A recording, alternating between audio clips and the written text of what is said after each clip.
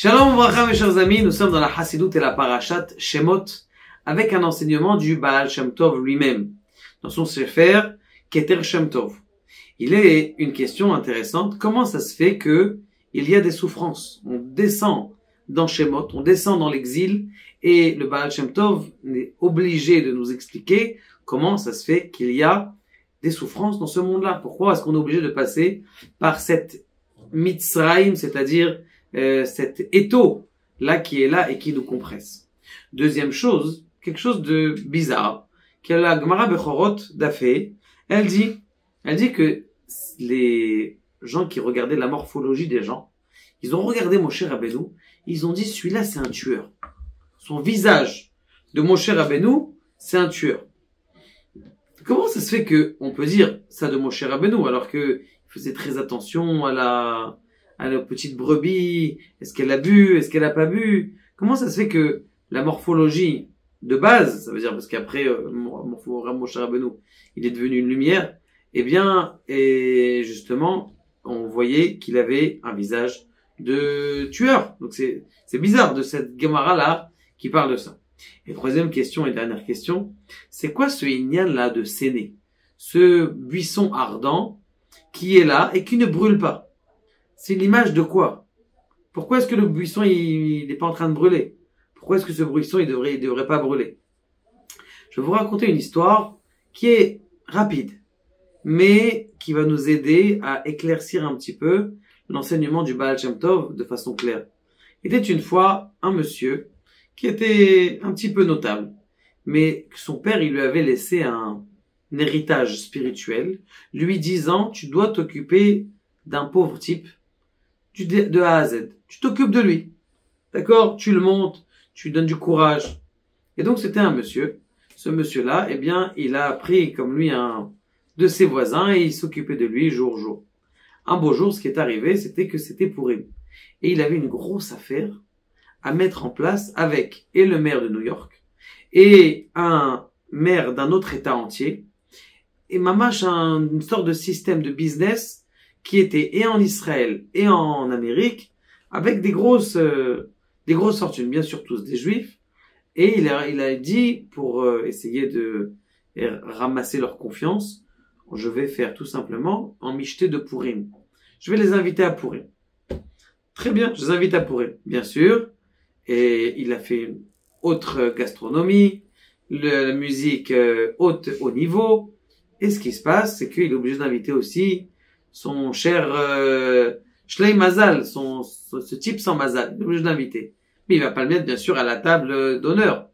Par contre, ce qui s'est passé, c'est que il avait ses BMF de son nom, et son nom, il était le même nom qu'un des notables, et donc du coup, il s'est retrouvé nez à nez à côté de tables de richissimes personnes qui se comportent à la américaine, classe, et bon, il commence à manger, et l'autre, il le regarde, qu'est-ce que tu fais là à table? Il essaie de lui faire des signes qui dégagent rapidement, mais il commence, puisqu'il était un Shlei Mazal, il n'avait pas beaucoup de Mazal, il commence à prendre la tchouk-tchouka, il commence à salir un petit peu ici, il commence à salir la nappe, il commence à boire un petit peu, il commence à dire des bêtises, et waouh, qu'est-ce qui se passe?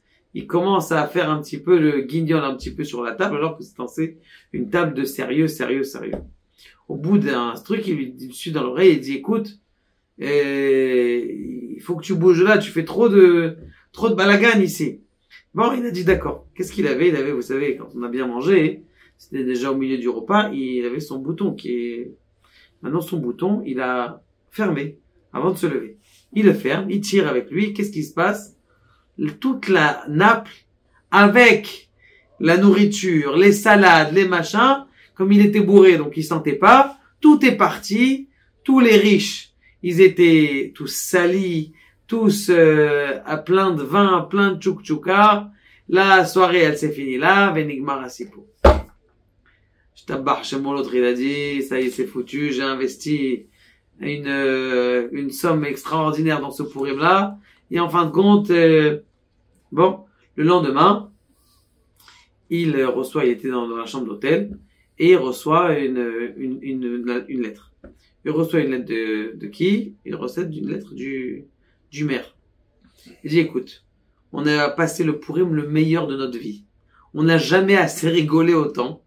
Et quand on a vu que tu t'occupais d'un un Shlei Mazal, comme ça, un sans Mazal, eh bien, on s'est dit que nous, on pensait que tu étais un roublard, qui avait... Mais quand on a vu que tu étais une personne vraie, et en plus de ça, on a bien rigolé, c'était un Purim qui était Purim, eh bien, on a décidé de fixer et de fermer l'affaire avec toi.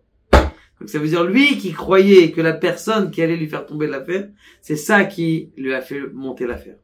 Maintenant, vous allez me dire, quel rapport avec notre Sarot, et quel rapport avec Moshe Rabbeinu qui a l'air avoir d'une tête de tueur, et quel rapport avec ce buisson ardent?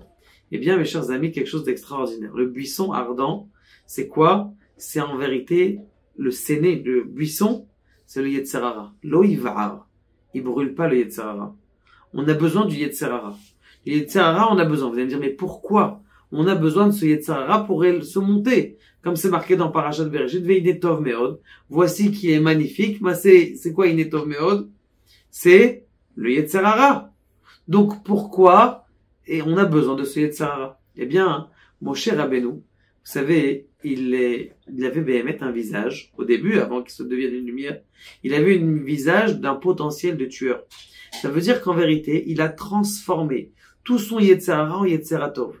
Et lui-même, il avait le doute, il dit, comment ça se fait que béhémet, d'ailleurs, il a tué quelqu'un. Il a tué avec le Shem Kadosh. Mais il a tué quelqu'un. Pour vous dire que quoi? Que il a réussi à transformer tout son Yetzer Tov, tout son Yetzer Hara en Yetzer Tov. Vous dites, mais t'as pas besoin d'utiliser. Si, il faut utiliser ton Yetzer Hara. Il faut prendre ces difficultés et les transformer en bien. C'est quoi l'Oivara? Pourquoi est-ce que le buisson, il brûlait pas? C'est-à-dire que le Yetzer Hara, il brûlait pas. Maintenant, vous allez me dire, pourquoi est-ce que j'ai besoin de ça? Eh bien, il y a une explication du Rav Wolbe. Il dit quelque chose d'extraordinaire, que si on n'avait pas le Yetzer Hara, eh bien, on ne kifferait pas l'étude de la Torah. Sur l'étude de la Torah, notre kiff de l'étude de la Torah, il vient grâce à quoi? Grâce au Yetzer Hara. Pourquoi? Parce qu'il dit que quand est-ce que la simcha, elle vient? La joie, quand est-ce qu'elle vient? La joie, elle vient quand il y a une fusion de deux antagonismes. C'est quoi le jour le plus heureux de sa vie? C'est le mariage. Pourquoi? Parce qu'il y a une fusion de deux antagonistes. L'homme, il n'a aucun rapport avec la femme, il n'a aucun rapport avec l'homme. Pourquoi est-ce que les gens, ils se prennent la tête en général? C'est qu'ils croient que la femme, c'est un homme et l'homme, c'est une femme. Chacun, il sait pas c'est quoi son rôle. Si les gens, ils savent c'est quoi son rôle, eh ben, ça, c'est censé rouler. Maintenant, ce qui se passe, c'est qu'aujourd'hui, ça s'est mélangé dans le monde. Et c'est pour ça que ça fait quoi? Ça fait des problèmes. Maintenant, à partir du moment où il y a une fusion de deux antagonistes, eh bien, c'est là que ça crée de la joie. D'ailleurs, une pile, l'électricité, ça marche avec un plus et un moins. C'est grâce à ça qu'on a de la simcha. C'est grâce à ça qu'on a de la lumière. C'est grâce à ça. Donc, quand quelqu'un, il va transformer la difficulté, en, comment on appelle ça, en levier pour pouvoir faire de la simcha elle va être encore plus grande. Et c'est pour ça qu'on est descendu dans l'étau qui s'appelle l'Égypte. C'est parce qu'après la sortie d'Égypte, c'était quelque chose de fantastique. Et après toute la vie, on est en train de sortir d'Égypte, en train de faire quelque chose de grand. Pourquoi? Parce qu'il y a cette union. D'ailleurs, Moshe Rabbeinu, ce sont les acrostiches de Mem, Menorah, Nun, Levana, c'est quoi ça? Mem, Moshe, Shin, excusez-moi. Shin, c'est Kiddush Levana, Shekalim et Achodesh. Shekalim et Achodesh, les trois choses qu'il comprenait pas. Mais en vérité, ces trois choses, il les a vues en feu. La Menorah, il l'a vu en feu. Le Shekel, il l'a vu en feu. Et à Chodesh, Kadosh Baruch Hu, il a montré la lune dans le ciel. C'est ces choses qu'il comprenait pas. Et il a dit, mais tu vois que de ce Moshe-là, ce Moshe, cet homme-là qui a l'air dur, méchant, eh bien, il a transformé toute ça, et comment on appelle ça, tout son mal, il l'a transformé en bien.